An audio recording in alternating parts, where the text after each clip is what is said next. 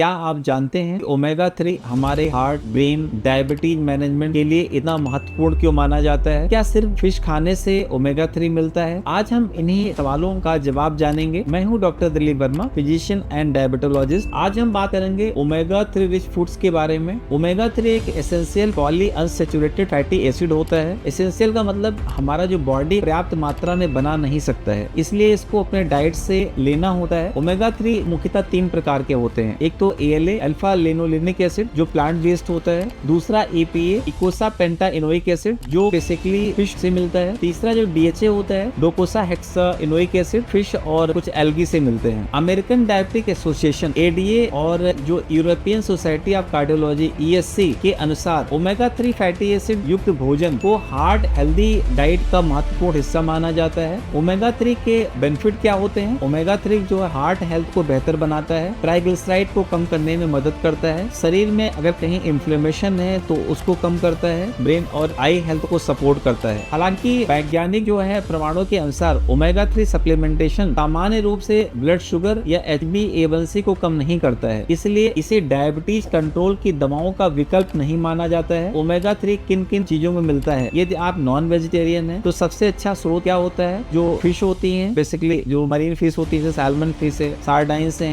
मर्करेल है, हेरिंग्स है, ट्राउट है, ये बेहतर स्रोत होते हैं। इंटरनेशनल गाइडलाइंस के अनुसार सप्ताह में कम से कम 2 बार 150 से 200 ग्राम फैटी फिश खाना अधिकांश स्वस्थ वयस्कों के लिए लाभदायक माना जाता है। यदि आप वेजिटेरियन हैं तो अच्छे स्रोत क्या होते हैं? जैसे फ्लैक्स सीड होता है, chia seed, walnut, soybean, canola oil. ध्यान रखें पौधों में मिलने वाला ALA शरीर में बहुत कम मात्रा में EPA और DHA में परिवर्तित होता है, इसलिए जो लोग पूरी तरह शाकाहारी हैं उन्हें एल्गी बेस्ड DHA सप्लीमेंट कुछ विशेष परिस्थितियों में लिया जा सकता है, लेकिन इन्हें डॉक्टर के सलाह से ही लेना चाहिए। एक महत्वपूर्ण बात, बहुत से लोग बिना सलाह के फिश ऑयल कैप्सूल्स या ओमेगा 3 सप्लीमेंट लेना शुरू कर देते हैं, लेकिन ADA, EHA और ESC के अनुसार हर व्यक्ति को सप्लीमेंट लेने की आवश्यकता नहीं होती है। यदि आपके ट्राइग्लिसराइड बहुत अधिक हैं, हार्ट डिजीज है या डॉक्टर ने विशेष रूप से सलाह दी है, तभी प्रिस्क्रिप्शन ओमेगा 3 सप्लीमेंट की आवश्यकता होती है। याद रखिए नेचुरल फूड सोर्सेज हमेशा पहली पसंद होना चाहिए। साथ ही सिर्फ ओमेगा 3 ही पर्याप्त नहीं होता है। एक बैलेंस डाइट, नियमित physical activity, proper sleep, smoking से बचाव और वजन नियंत्रण,